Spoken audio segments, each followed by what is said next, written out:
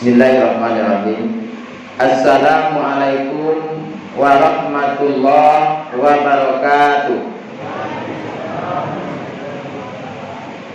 Alhamdulillah, alhamdulillahilladzi fadila bani adam bil ilmi wal amal ala jami'il alam. Wassalatu wassalamu ala sayyidina Muhammadin al-arabi wal ajam wa ala alihi wa ashabihi ya nabi'il ulumi wal hikam. Asyhadu an la ilaha illallah wahdahu la syarikalah wa asyhadu anna Muhammadan abduhu wa rasuluh sallallahu alaihi wasallam la nabiyya ba'dah. Qala Allah ta'ala fil Qur'anil Karim, na'udzu billahi minasy syaithanir rajim. Bismillahirrahmanirrahim. Ya ayyuhalladzina amanu la tulhikum amwalukum wala auladukum an dzikrillah wa may yaf'al dzalika fa ulaika humul khasirun. Wa fi ayatil ukhra, Bismillahirrahmanirrahim, wal asri innal insana lafi husrin illal ladzina amanu wa amilus sholihat wa tawasaw bil haqq wa tawasaw bis sabr. Shadaqallahul adzim.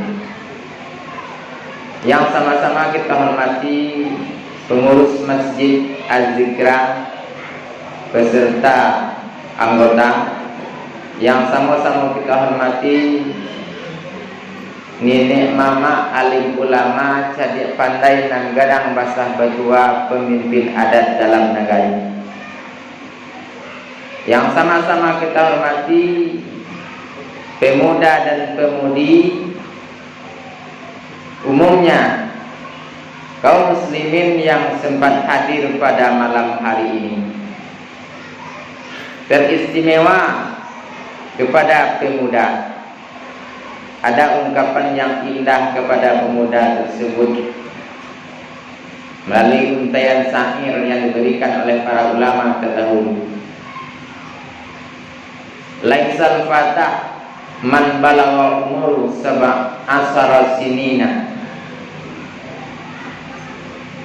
wa laisal fatah may yaqulu abi wal ummi walakinnal fatah may yaqulu ha ana. Bukanlah dinamakan pemuda itu orang yang sampai umurnya 20 tahun, dan juga bukan dinamakan pemuda orang yang berkata abi wal ummi, bapak saya sianu, ibu saya sianu. Itu bukan dinamakan pemuda. Tetapi yang dinamakan pemuda mayyakulu ha'ana, orang yang berkata inilah saya. Di dalam syair yang lain disampaikan, bukanlah yang dinamakan pemuda itu orang yang selalu menyingsingkan dengan baju, tetapi yang dinamakan pemuda itu adalah orang yang berani berjuang di jalan Allah. Mudah-mudahan yang diuntaikan dalam syair itu termasuk ada hendaknya orang yang pemuda yang berada di Masjid Az-Zikra. Amin insyaallah. Kaum muslimin sidang jamaah tarawih yang dirahmati Allah. Pertama kita bersyukur kepada Allah Subhanahu wa taala. Pada malam hari ini kita diberi kesempatan oleh Allah Subhanahu wa taala untuk datang ke masjid, tak lain dan tak bukan menjalankan hidayah beliau, karena nikmat iman dan nikmat Islam itu masih bersemayam di dalam hati kita. Seandainya nikmat iman dan Islam tersebut kita tidak dapatkan, maka sampai hari ini anti kita untuk datang ke masjid dan mushola. Buktinya, dulu masjid kita ini berstatus sebagai mushola, sekarang telah menjadi masjid. Bunyal masajidu bi'adzasi taqwa. Dibangunnya satu masjid itu adalah didasari dengan ketakwaan. Kaum muslimin sidang jemaah tarawih yang dimuliakan Allah, salawat dan salam kita kirimkan kepada Nabi kita Muhammad sallallahu alaihi wasallam, putranya Abdullah buah hati Aminah, yang bertitel Habibullah, kekasih Allah, insya Allah menjadi panutan bagi kita. Barang siapa yang berpedoman kepada beliau, insya Allah kita akan selamat dunia dan akhirat. Innama bu'istu liutammima makarimal akhlak. Sesungguhnya aku diutus ke atas dunia ini tak lain dan tak bukan kecuali untuk memperbaiki akhlak budi pekerti yang telah rusak, kata Rasulullah. Kaum muslimin sedang jamaah tarawih yang dimuliakan Allah. Ambo bertanya sama ibu-ibu, lai tahu bedanya di ibu Nabi Muhammad jawab, samo atau beda kira-kira? Ambo minta jawaban. Nabi Muhammad samo, jawab ibu. Lolok juga sama, kemudian makan cuma porsinya yang mungkin beda. A'radul basariyah, Rasul itu bersifat kemanusiaan, mempunyai sakit, mempunyai tidur, dan mempunyai makan. Tapi beliau bukan prioritas masalah itu. Kemudian dalam untayan syair juga Rasulullah SAW, mungkin kemarin yang tukang rekam tahu dengan syair ini. Kalau barang siapa yang pernah berjalan ke pondok pesantren pasti tahu dengan saya ini. Lam yatalim qatutoha mutlaqon abada wa matasa aba aslam fil madan zamani. Min hudawa bu falam taru wa ma waqa'at zubabatun abadan fi jismihil hasan. Bi khalfihi ka amamin ru'yatun sabatat wa la yura zilluhu fi zamzizul fatani. Pada falqan alatan qauman idza jalasu indal wiladati sid yazal di muqtadani. Tarjum najata walam tasluk masalikaha inna sabina tala tajrin ala yabisis. Ini kepribadian Rasulullah sallallahu alaihi wasallam. Nak tahu dewa siapa sebenarnya Rasulullah itu. Kita kenal dengan Nabi Muhammad itu dengan nama, tapi tidak mengerti dengan sosok beliau. Itulah maka kecintaan kita kepada beliau berkurang. Apa artinya kira-kira? Lam yatalim qatutoha mutlaqan abada. Nabi Muhammad seumur hidupnya tidak pernah mimpi buruk. Kasarnya maaf mengejek atau maaf cakap, Nabi Muhammad seumur hidupnya tidak pernah mimpi basah. Yang kedua, Nabi Muhammad tersebut tidak pernah seumur hidupnya menguap. Kalau bahasa Jawa menguap, mangango. Kalau kita beda, bola cedek itu. Sudah bangun subuh, kemudian tidur kembali, kemudian jam 9 besok kalau yang ke sekolah, bagi yang ke kantor. Begitu tiba di kantor manguap jalan. Lalu kita balik, kemudian jago datang ke masjid ini, kemudian tiba sebelum sembahyang masih manguap. Nabi Muhammad tidak pernah yang namanya manguap sejak mulainya ketek sampainya meninggalkan dunia. Itu kelebihan Nabi Muhammad sallallahu alaihi wasallam. Selanjutnya kelebihan Nabi Muhammad itu wa qalbuhu lam yanam wal ainu qad na'asat. Hatinya tak pernah tidur dan sungguh matanya sangat mengantuk. Dalam arti kata, Nabi Muhammad SAW kemana dia pergi, dimanapun saja dia berada, hatinya tetap ingat kepada Allah Subhanahu Wa Taala. Tak sedikit pun, tak sedetik pun Nabi Muhammad melupakan Allah dalam hidupnya. Kaum muslimin sedang jemaah tarawih yang dimuliakan Allah. Lalu selanjutnya Nabi Muhammad seandainya melihat ke depan apa kejadian yang di belakang, Rasulullah tahu. Persingkat, Nabi Muhammad seandainya duduk sama rata seperti kita saat ini, maka bahu beliau tetap lebih tinggi daripada yang lain.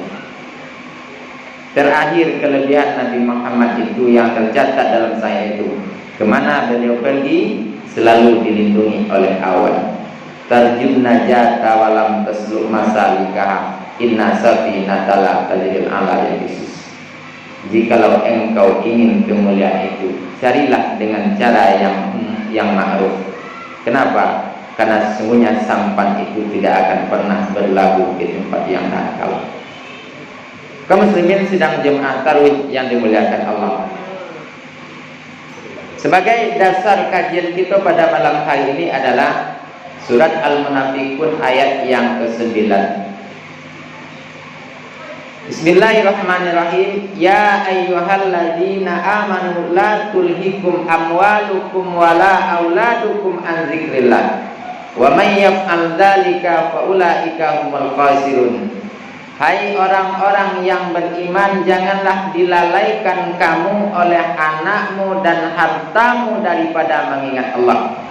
Wa may yaf'al dzalika, siapa saja yang memperbuat sedemikian, fa ulaika humul khasirun, maka mereka itu adalah termasuk orang-orang yang merugi. Allah melarang kita supaya jangan lalai.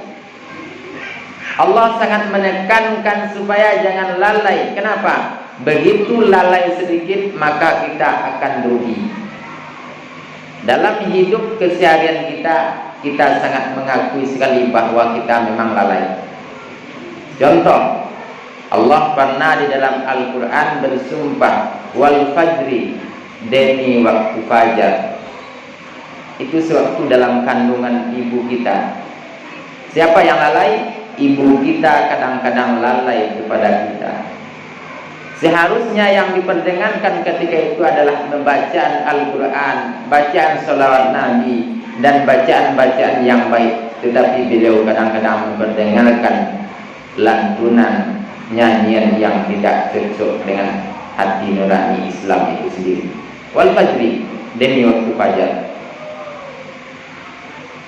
Lalu setelah dilahirkan kita ke dunia, kita sendiri kadang-kadang lalai. Wadduha, demi waktu duha. Apa waktu duha? Inilah anak-anak kita yang sedang remaja, yang seharusnya pada saat ini belum menimba ilmu, rajin ke masjid, kemudian rajin untuk mencari ilmu untuk ke dunia dan akhirat. Tapi beliau kadang-kadang lalai dengan pura-pura, dan kita sendiri mengakui hal itu. Dalam contoh, sewaktu kita belajar bacaan sholat, mungkin kadang-kadang bacaan sholat kita yang masih kita pelajari di TPA dulu, di TPQ semasuk itu dulu. Kenapa demikian? Kalau kita kurang mempelajari bacaan sholat, atau mungkin bacaan sholat tersebut yang kita baca pada saat dulu sampai kini tidak pernah diulang kembali, barangkali mungkin ada yang terlupa dan bahkan ada yang salah.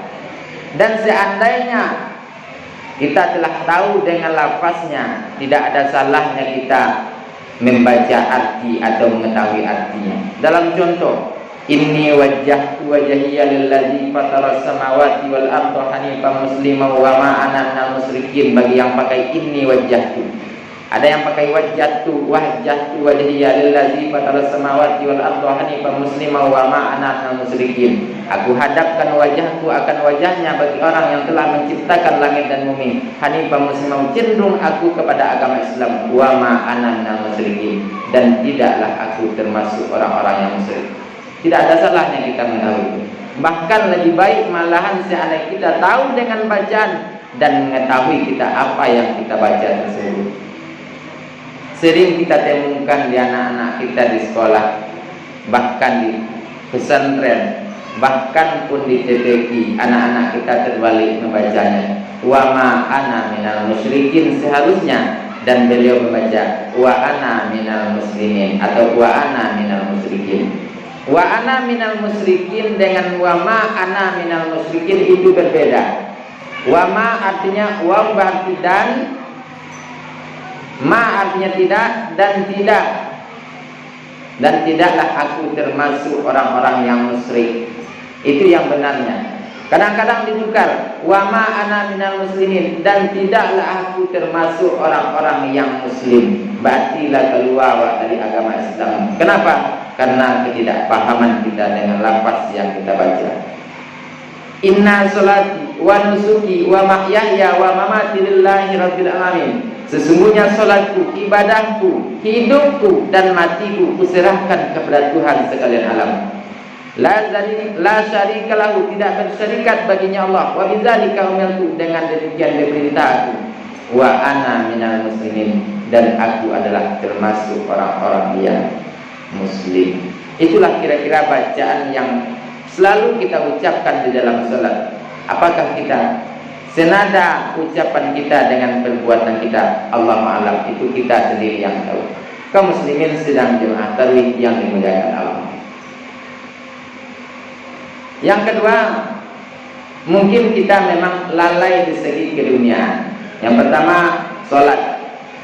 Lalai di segi salat, bacaan salat, lafaz salat, artinya salat. Bahkan di dalam salat itu sendiri kita juga lalai.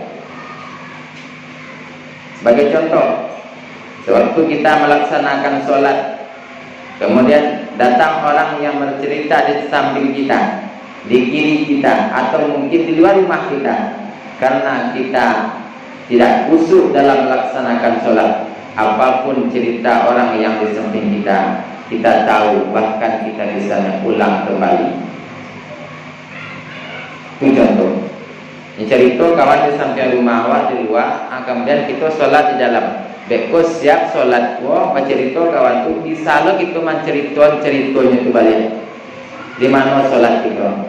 Itu didongeng atau terdongeng bapak? Badongan dah. Kalau mal itu berarti badongan. Nyotel dengan boleh, tapi jadi dongan. Itu yang kedua. Yang ketiga, kita lalai dengan dunia, kumpul dunia, terlalu cinta kita dengan dunia. Dalam satu hal, mana contoh? Man ahabba syai'an, barang siapa yang terlalu cinta kepada dunia, fa'aksyara zikruhu, maka dia akan banyak menyebutnya itu. Contoh, bapak ibu melaksanakan atau ada anak sekolah surang di sekolah, kemudian membutuhkan biaya. Orang tuanya yang laki-laki ekonominya sedang susah, ibu atau istrinya banyak gelang emas atau banyak perhiasan. Ketika ayah meminta, ibu usaha ayah gak payah gini, jadi dia ibu lagi punya barang, kita jual lah salah cie. Bapak kata ibu, ambo tak mau tahu ya, barang ambo tak bisa kurang. Piti di mana kedapet ayah pandailah ya bertinggal kena lain, nan barang ambo tak bisa bi. Apa seperti itu? Awak terlalu cinta dengan dunia, lalai kita dengan dunia tersebut. Apa seperti itu? Allah tidak mau memberikan dunia kepada awak karena terlalu cinta itu. Allah memberikan dunia kepada sahabat karena sahabat memegang dunia itu dengan tangannya, sementara kita memegang dunia dengan hati. Kadang-kadang kita dapat kendaraan dua, yang cik dapat Honda baru, dan Honda lama masih ada. Kecik ayah jual Honda lama tu kada apa guna lagi. Kecik bini jangan dijual ya. Honda tu memang dah ancak, tapi sejarahnya ancak. Untuk apa sejarah dia awak kalau kesusah hati dia awak? Kaum muslimin sedang jemaah tarawih yang dimuliakan Allah. Itu yang kedua, lalai kita dengan dunia. Kemudian lalai kita dalam dunia, sering melupakan Allah dalam keseharian kita. Dalam surat Toha ayat yang ke-14 itu, innani anallahu la ilaha illa ana fa'budni wa aqimis sholata li zikri. Sesungguhnya aku ini adalah Allah, tiada Tuhan selainku, dan dirikanlah solat untuk mengingatku. 5 kali kita sholat sehari semalam dengan tanpa melaksanakan yang sunat. Subuh 2 rakaat, zuhur 4 rakaat, asar 4 rakaat, maghrib 3 rakaat, sampai isya 4 rakaat. Tujuannya apa? Lupa kita di antara subuh dengan zuhur, maka di waktu zuhur diingatkan kita kembali. Zuhur kita melaksanakan sholat, Di antaranya seandainya lupa, maka asal kita diingatkan kembali kepada Allah. Maksudnya apa? Di dalam satu kesatuan, di dalam hidup dan kehidupan kita, kita tidak boleh lupa kepada Allah Subhanahu wa taala. Bukankah melupakan Allah itu satu kemungkaran? Bahkan di dalam sholat sendiri kita lupa kepada Allah Subhanahu wa taala. Kaum muslimin sedang Jumat Tarawih yang dimuliakan Allah. Itu tujuannya melaksanakan sholat lizikri, untuk mengingatku kepada Allah. Kenapa demikian? Bagi orang yang selalu ingat dengan Allah, matanya ada yang sebaliknya, di tangannya ada kekuatan Allah sebaliknya, di telinganya ada sami Allah di sebaliknya, di matanya ada sami Allah terjadi di dalamnya, bahkan di kakinya terjadi kudrat dan iradat Allah di dalamnya, maka dia akan selalu ingat kepada Allah Subhanahu wa taala.